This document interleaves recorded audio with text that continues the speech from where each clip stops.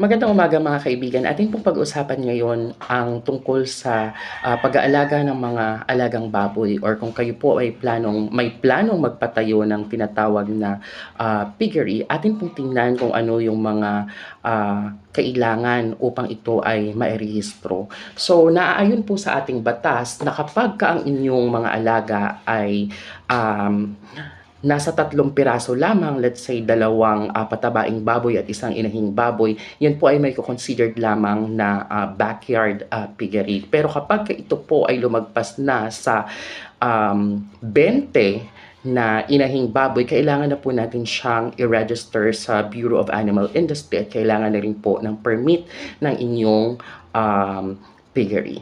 At ang mga kakailanganin po para natin mairehistro ang ating backyard piggery or ang ating piggery business, unang-una, ang kailangan po nating makuha ay ang barangay clearance. Kasi ang barangay clearance po ang magpapatunay or magbibigay patunay na kayo ay nandoon sa kanilang lugar at kayo ay sumunod sa minimum na layo doon sa mga kabahayan, sapagkat ayon po sa ating Magna Carta for Homeowners Association, ang LGU po dapat ang magtatakda kung gaano kalayo ang ating piggery sa mga kabahayan.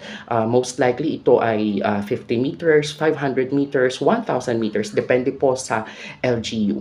Kapag meron na po tayong barangay clearance or barangay clearance or barangay permit, next po natin kailanganin ay ang mayor's permit, kasi ang babuyan madalas naman ay above 50,000 pesos ang puhunan. So most likely kapag ka 50,000 pataas na, hindi na po barangay permit ang kailangan sa pagtatayo ng business, kundi mayor's permit. And at the same time, syempre kukunin pa rin natin po yung sanitary permit na kinukuha sa mayor's office. Then after that, kailangan pa rin natin i-register ang ating business sa DTI. Bakit kailangan i-register sa DTI? Ang purpose lang naman ng pag-register ng business sa DTI is magkaroon ng pangalan yung business ninyo.